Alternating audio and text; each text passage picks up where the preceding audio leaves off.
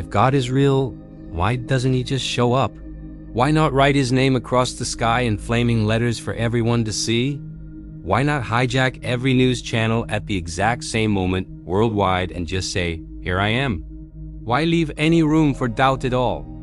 If our eternal destiny is truly at stake, why isn't the evidence so overwhelming, so undeniable, that no one could possibly miss it?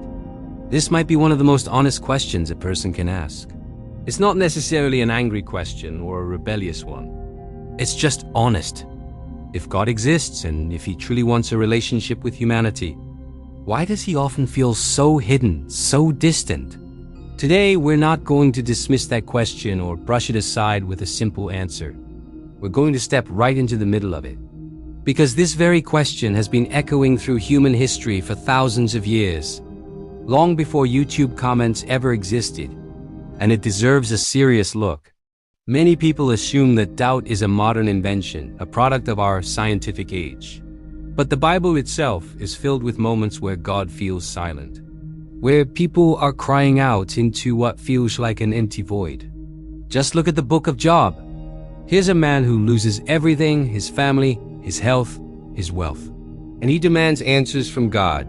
He cries out for a meeting, for some explanation. But for a long time, God does not respond. Job is left in silence, wrestling with his pain and his questions. Or think about the Psalms, which are essentially the songbook of ancient Israel. So many of these songs are raw, unfiltered cries to God. In Psalm 88, the psalmist says, "You have put me in the lowest pit, in the darkest depths. Why, Lord, do you reject me and hide your face from me?" This is someone in deep anguish, feeling completely abandoned. And it's not just in poetry.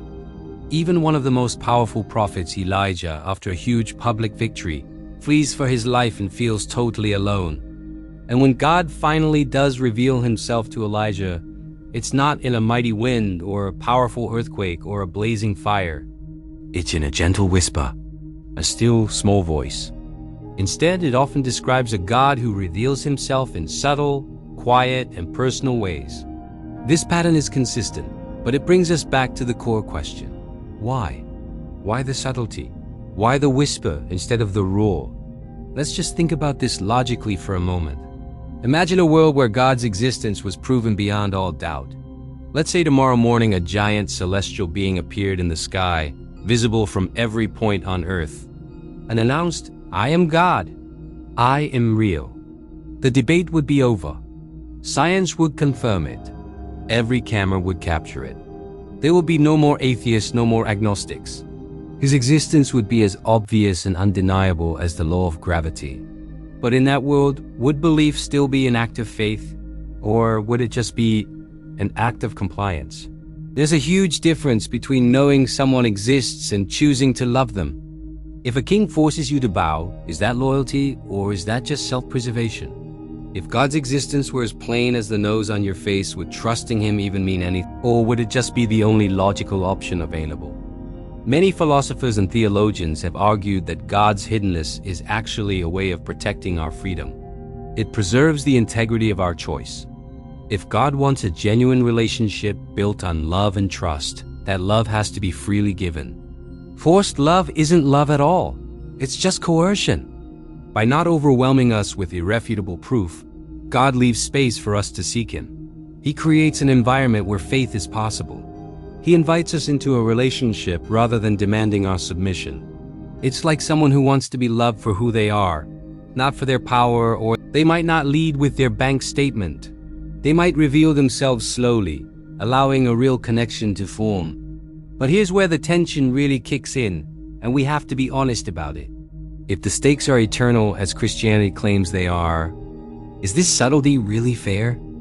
It feels like we're caught between two ideas, the need for free will on one hand, and the urgency of salvation on the other. If God is all-loving, wouldn't he do everything possible to make sure no one misses the message? And it leads us to the next big piece of this puzzle. Maybe the evidence isn't what we think it is. So, if God isn't going to write his name in the sky, what kind of evidence has he provided? Is there any at all? According to the Christian worldview, the evidence is not a spectacle in the sky, but a person in history. The central claim of Christianity is that God did, in fact, enter our world in a tangible, physical, and undeniable way. But he didn't come as a conquering king or a celestial giant.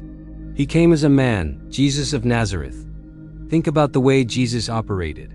He performed miracles, yes, but often he would tell people not to spread the word. He taught in parable stories that revealed truth to those who were willing to listen, but concealed it from those who were just looking for a show or a political leader. He didn't force belief on anyone. He invited them. He would say, "Follow me," or "He who has ears to hear, let him hear." The choice was always left to the individual. He was, in a sense, both hidden and revealed at the same time. You could walk past him on the street and see just another man. Or you could look closer and see God in the flesh. The ultimate display of this was the crucifixion. On the cross, God appeared to be at his most hidden, his most silent. His enemies mocked him, saying, "He saved others. Let him save himself if he is the Messiah of God." It looked like the ultimate defeat, silence, weakness. But Christians believe that in that very moment of apparent hiddenness, God was performing his most powerful act of love. And then, 3 days later, the resurrection. This wasn't a global media event. It was an appearance to a specific group of people, his followers.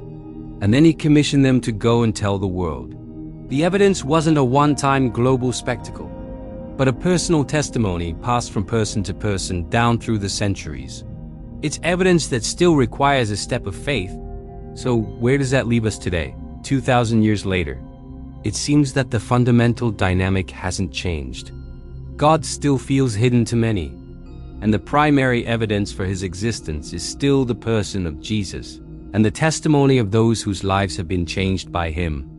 Maybe the proof we're looking for has been in front of us all along, but we've been looking for the wrong kind of proof. We're scanning the sky for a spectacle, when maybe we should be looking at the historical records of a man who claimed to be God. Maybe we're waiting for a booming voice from the clouds, when we should be listening to the still small voice speaking to our own hearts. Let's be clear. Having these questions is not a sign of a weak faith or no faith. It's a sign of an honest heart. Thomas, one of Jesus' own disciples, famously said he wouldn't believe unless he could physically touch Jesus' wounds. He needed tangible proof, and Jesus didn't condemn him for it. He met him right where he was and offered him the proof he needed. He invited his doubt. So if you feel like God is hidden from you, you're in good company. You're asking the same questions that people of faith have been wrestling with for millennia. The invitation isn't to stop asking the questions. It's to lean into them.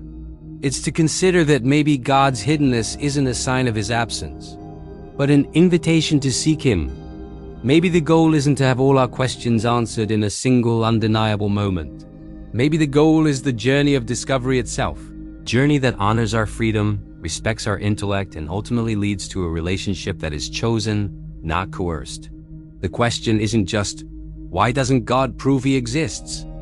The question is also, what kind of proof am I willing to accept?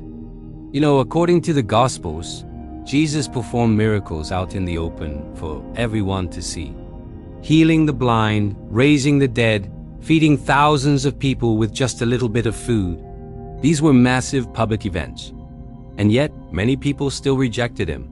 Even after the stories of the resurrection started spreading, doubt was still a huge factor for so many. So maybe the real issue isn't about a lack of evidence. Maybe it's about how we interpret the evidence we have. Throughout all of human history, people have witnessed the exact same event and walked away with completely different conclusions. The same sunrise can be seen as undeniable proof of a divine designer to one person, and just a beautiful display of physics to another. So the big question is, would more evidence actually change hearts and minds? Or would it just shift the debate to a new topic? This leads us to what philosophers call the problem of divine hiddenness. It's a fascinating concept. The question is, if a loving God truly exists, why isn't his presence completely unmistakable to every single person who is sincerely searching? It's a fair question. Some would argue that he is unmistakable, that we see him through our conscience, the beauty of creation, our innate moral compass, and the historical claims made about him. On the other hand, others argue that if God exists, he must be either very distant or completely silent. But there's a third possibility to consider. What if God isn't hidden because he's absent, but is instead hidden in plain sight? What if the goal isn't to overwhelm us with undeniable proof, but to gently invite us into a relationship? There's a big difference between a blinding spotlight and an open doorway. The other simply waits for you to walk through. And this is what makes the whole question so powerful. Let's imagine for a second that God did force everyone to believe. We might obey out of compulsion, but would we genuinely love? If he erased every single doubt, would the concept of trust even have any meaning? But at the same time, if he stays too hidden, does that make the search feel unfair or impossible? So maybe the deeper question isn't, why doesn't God prove himself beyond the shadow of a doubt? Maybe the real question we should be asking ourselves is this: if God revealed himself in a way that perfectly preserved your freedom to choose, would you even recognize it?